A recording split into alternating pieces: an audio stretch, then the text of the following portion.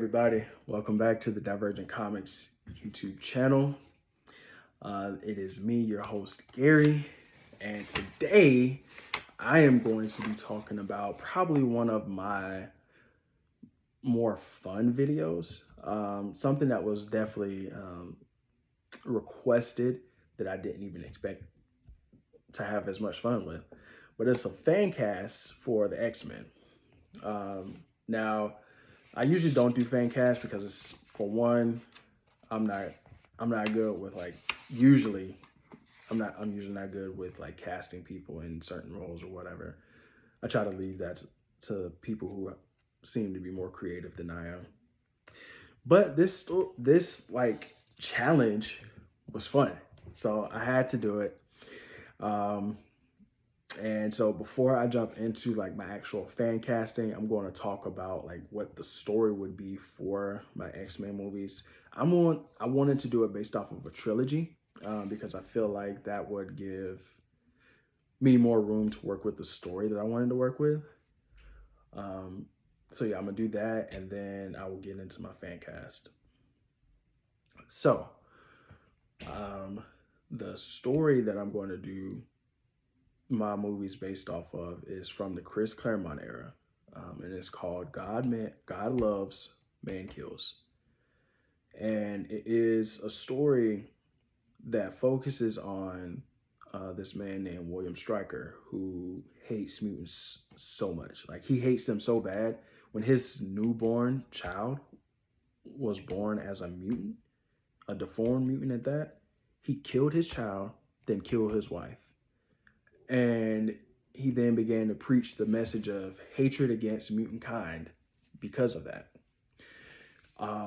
Reading the story, it's super engaging. Um, it's something that is still kind of relevant socially.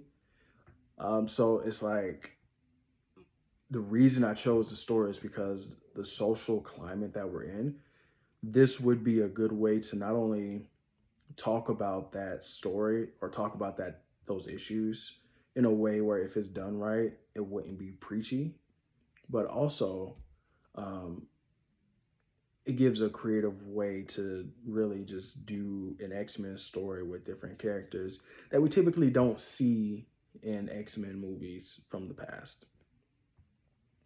The way that I would start it though, the very first movie, the villain would be Emma Frost in the Hellfire Club. And I would have it where Stryker goes to Emma Frost and the Hellfire Club and recruits them to gather up mutants and bring them to him to be killed. Now, the way that would end up playing out by the end of the trilogy, Emma Frost realizes like what's going on, and she leaves the Hellfire Club and joins the X-Men, and they all take face off against Stryker. I would keep the Hellfire Club as part of Stryker's group, but then you'll have like the bigoted people and all of that, and it would really just ramp up each movie and show how hatred and bigotry can easily be passed on just from preaching a very simple and hate-filled message. So that would be my story for the X-Men's introduction into the MCU. Now, to the fan cast. I'm going to start with Emma Frost, work my way up to Professor X and Magneto, because I'm not going to have Magneto be a villain, and that's part of the reason why I chose this story. Magneto in God Loves, Man Kills was on the side of the X-Men. He was not a villain.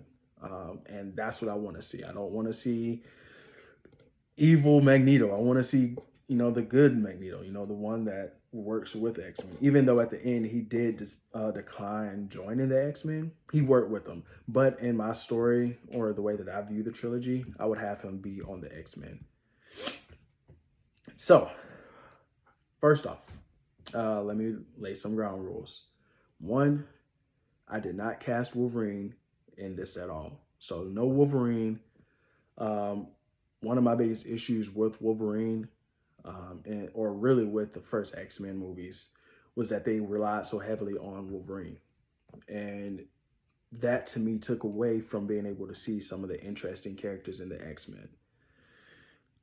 Two, the people I chose for these roles goes based off of like what I've seen them in already. Some of them I'm going to mention like their roles in the that they've been in before that made me realize feel like they would fit the characters, but also like is based off of how I would who I would want to see in these roles when and if Marvel does a Dark Phoenix storyline down the line. So I would love to see these people in those roles. And then finally, all these characters are the ones that are just going to be in the first movie. One or two of them may not be in the subsequent movies, but I didn't cast for all three. I just really only cast for this first one. So starting out with Emma Frost. Um, Honestly, this one to me was a no-brainer. I don't think she's going to show up in the MCU at any point in time. And she's been fan cast for another role before, but I don't see them doing that now at all. But I would love to see Emily Blunt play Emma Frost. Um, Seeing Emily Blunt in this role was just like super easy. It was like literally the first one that came to mind. Um, and it just had me excited because I just felt that like if Marvel does this, if they actually cast her as Emma Frost, and even if they don't do this storyline, but if they just cast her as Emma Frost, yeah, I'm sold. Like they can have all my money at that point. So yeah, that was easy for me. That was not too hard. Next up, I'm going to do Beast. Um, Beast was a little difficult because for me, the thing I liked the most about Beast in the original trilogy was they made him actually look like a beast. In the rebooted trilogy, he looked more like a man in a furry costume, which was kind of weird. So I would love to see them do more of the first one, but I would want to have someone who is smart, who can give off that nerdy type vibe. And this guy, I think he would kill the role, and that's Jack Quaid. Most of you may know him as Huey from The Boys. He also was in the latest Scream movie, and in both roles that he played in, he played like this nerdy type guy who he may not have been the smartest one in the room, but he is one of the smartest. And to me, he would be the perfect cast for that just because of that aspect alone. Like I know he can do the role of a very smart person, so I think that would be great. Uh, this next one was tough because I didn't initially want to bring her into the MCU with the X-Men, but when I really thought about it, because I want to do a Dark Phoenix story down the line, I think this character would be needed, and that's Mystique. So Mystique, we had two iterations. We had I won't say like her name was Romaine or something like that in the first trilogy. She was really good, but she didn't really get a lot to work with. Again, because they were so focused on Wolverine, like she kind of got pushed to the back. But Mystique is a good character, and she deserves to have quality content. So um, then when we got to the rebooted trilogy, they tried doing too much with her, and they gave us Jennifer Lawrence. Like, come on, that was too much. That Mystique is not that important to the X-Men franchise. Like she's a pivotal piece. She's more like a bishop or something, but she's not a queen in the X-Men trilogy. Like, come on. um, so my casting for Mystique would be someone. This may be controversial, honestly, but I wanted to have someone that is used to doing their own stunts, and someone that I could see kind of passing off that mysterious vibe. And I had to go with Jessica Henwick. Um, yes, I'm kind of in a sense race changing, but Mystique is blue, so come on, let's be real. But I feel like Jessica Hamlet would do well. Like she was in Iron Fist, and she really that first season of Iron Fist, she was the best part of it because she was so mysterious. We didn't know like exactly what she was doing or what side she was on until they showed us at the end. So I think she would do great in that role, and I would love to see her take on that character. And if written right, she could be a scene stealer. So yeah, Mystique. Next, um, now this character was first introduced in the '60s, I believe, and she didn't really do much in the issue that she was in, but the way that they handled her in that issue, I would handle her the same way in the movies. And this is Dazzler. When Dazzler was first introduced, she really was just on the radar for the Hellfire Club, um, really for the X-Men. But the way I would do it is I would have her on the radar for the Hellfire Club to be rounded up with other mutants to be killed by Stryker. Um, the person that I would cast for this one was tough. Um, Honestly, I wanted to get someone that could act um, a little bit at least, but also was a pretty good singer because I would love to have like a musical number in there. Um, but I chose Janina Zion Gavankar. Um, I wasn't familiar with her when I first started watching some of the movies that she's in, but looking at her body of work, she was in The Way Back with Ben Affleck. She played the love interest in there, and then she was also in Space Force. And I chose those two references because it shows two different um, ranges for her. You know, The Way Back was more of a drama and much more down to earth and serious, which you know she can pull off, I think, really well. And then Space Force is more of a comedy and had more light-hearted tones, and she pulled that off really well also. So with those, plus you know she can sing from what I've seen, and she's a pretty good actress. I think she would be great as Dazzler. She would be one of the ones that would show up only in this movie, and then afterwards I would not, you know, have her in it anymore, just because she would be a one and done type character. I don't think she's any. I don't think she's a mutant that we need to see too much of. Next, I think this is probably gonna be the most controversial choice, just because it's different. But I fell in love with it immediately as I thought about it. This character would really be our entry point into this universe. Um, and this is going to be Kitty Pryde.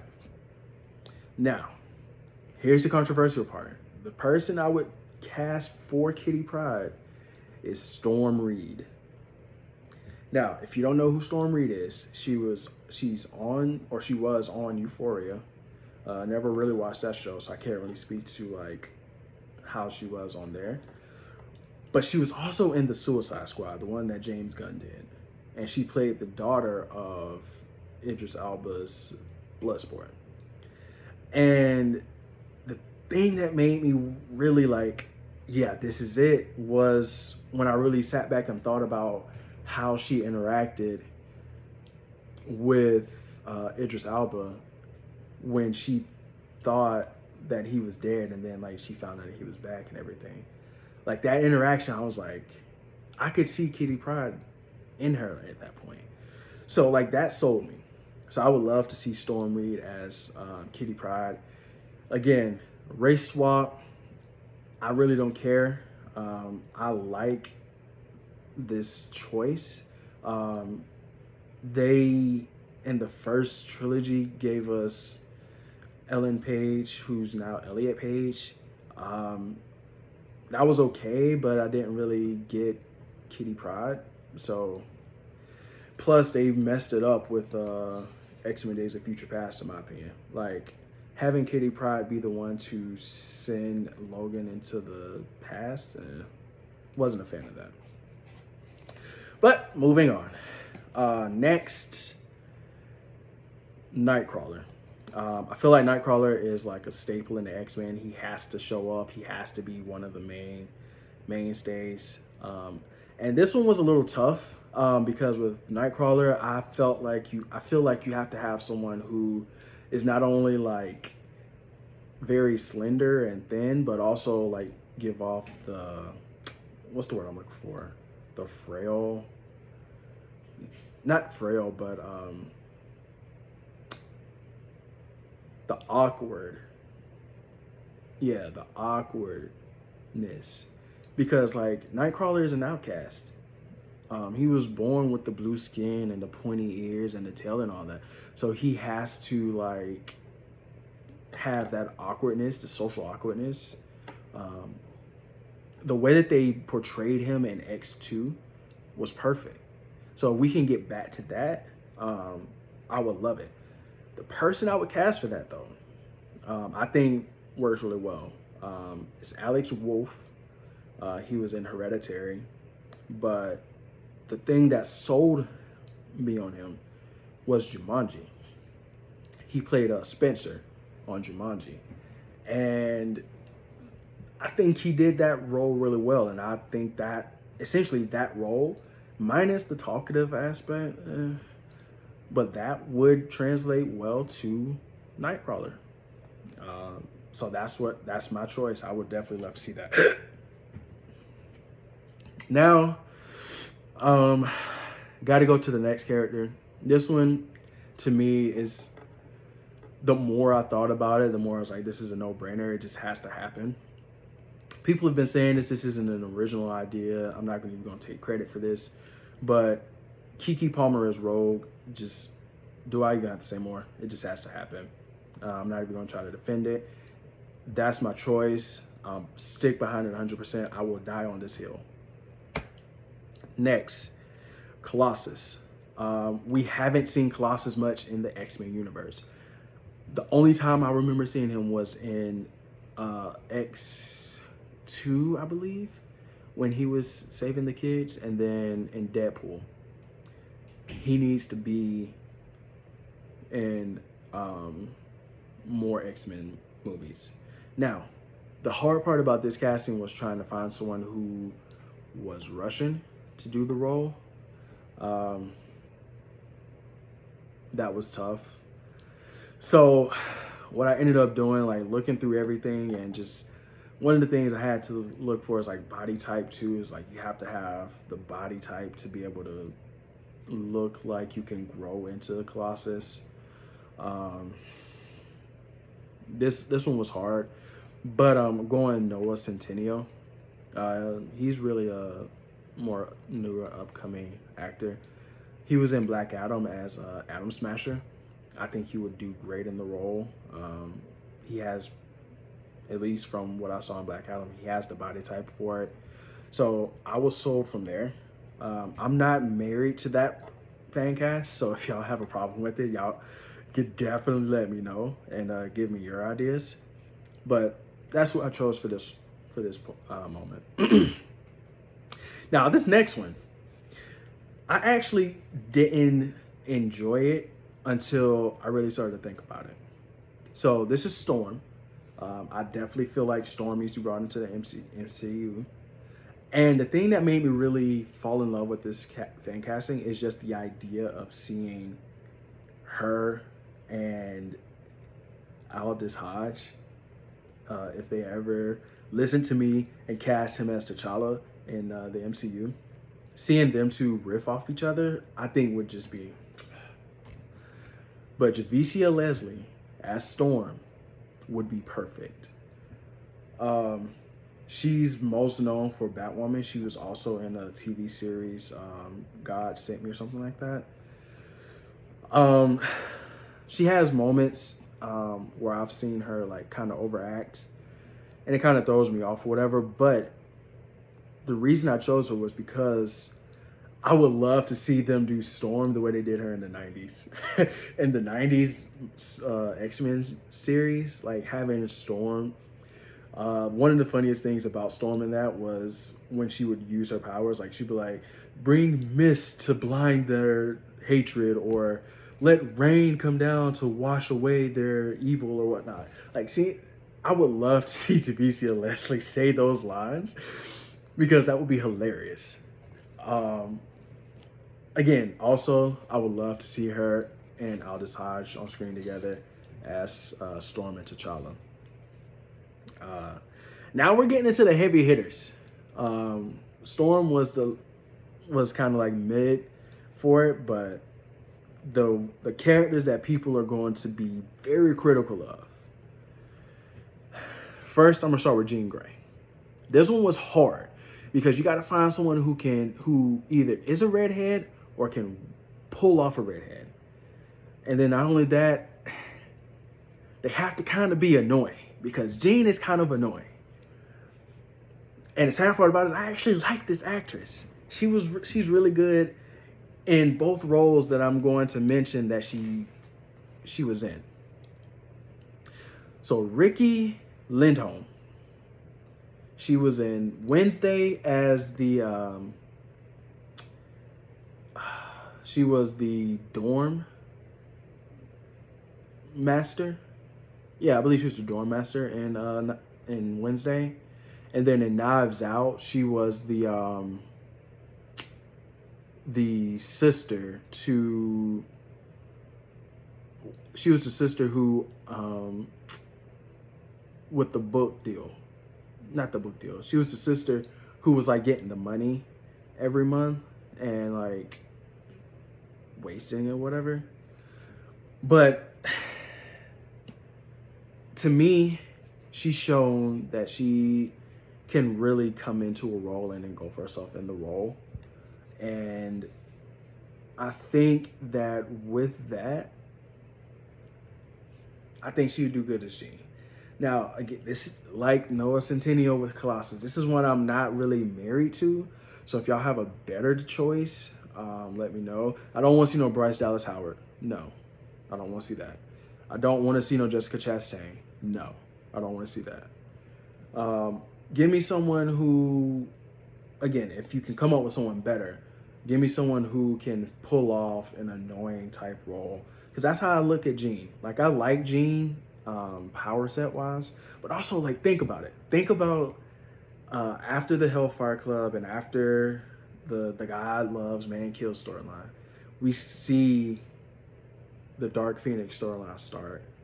And you have Ricky playing a good version who's trying to help people, and then alter to an evil version that's trying to hurt people. That would be cold, honestly. Like, I would love to see that. So like that's why I chose it. Again, she's the main reason why I said at the beginning, like, some of these are like just chosen just based off of how I want to see it play out in a Dark Phoenix storyline. Now, this one, like, honestly, this was the easiest one of all because I saw Top Gun Maverick earlier in 2022, and as soon as I saw him on screen and saw how he talked and saw how he acted with other people, I was like, that is Cyclops, like, hands down Cyclops, and I don't want to see anyone else play Cyclops except for him. And this is Glenn Powell. Go watch Top Gun Maverick. Come back and let me know that I'm not right. Tell me he does not give off Cyclops energy. That's your homework. If you want to debate me about any of these other ones, I'll listen. But that one, Glenn Powell is Cyclops, hands down. I don't want to hear anything else about it. All right, now last two. This is tough. These two took the longest, honestly. Who do I want to start with? I'm gonna start with Magneto. All right, so Magneto, to me, I want someone who has like a very calming presence, someone who has a very dominating or domineering demeanor, someone where they walk in the room and you know they're a bad man. And to me, Pierce Brosnan would kill as Magneto. Just think about how you saw him in Black Adam as Dr. Fate, and then tell me that I'm wrong. I'll wait. Yeah. Um, and then finally, Professor X. Now, this one was the hardest of all because Professor X, I want someone that can give off like a cocky, arrogant type to start, but grow into that mellow, wise type towards the end. And that's tough to see from some people. And I know like most people want like an older Professor X, someone who has the bald head already, and like I get it. You know, you can cast any 70, 80-year-old man that's bald and call it a day, but I wanted to do something that would be captivating. So I chose Christopher Maloney. Now, some people may know him from Man of Steel. He was the army guy in the helicopter who initially was shooting at Clark. But most people will know him from Law and Order. He was originally on Law and Order SVU, and then he went to Law and Order Crimes Unit, I think is what it was called. Tell me from watching those, specifically Law and Order, that he could not pull off a good Professor X. I mean, he already pretty much has like the bald head thing going on. He doesn't have to really do much, and like you can have him start out as this like arrogant guy that like just it's not really about him, but it's about how he can like push the X-Men. So like I was recently rewatching the X-Men animated series, and one of the things that people always brought up about X-Men was like how Xavier just like put them in a lot of strenuous situations or whatever. So the way that I see it, have him be Professor X, and his mindset is, I'm fighting hard to mend human and mutant relations, and that's the focus. I could see him pulling that off. So that's my fan cast. Let me know in the comments what you think. Any one of these that you just vehemently against, any one of these that I might have swayed you on. Let me know in the comments below. Also, let me know if you have any choices that would be different. What do you think about like the God loves, man kills storyline being the intro for the X-Men? Yeah. Before I end the video, I do want to make mention that I'm going to do a giveaway at the end of January. The first, I'm going to choose 3 people to randomly receive a copy of issue 1 of the Charger. So 3 random people are going to get chosen to get a copy of the Charger, issue 1. And all you have to do to be put in the drawing is you have to either be subscribed or subscribe, like the video, and leave a comment letting me know what you think of either the video, the fan casting, or who you would choose for your X-Men. Until next time, I'm Gary. It's been the Divergent Comics YouTube channel, and I have a good one. Peace.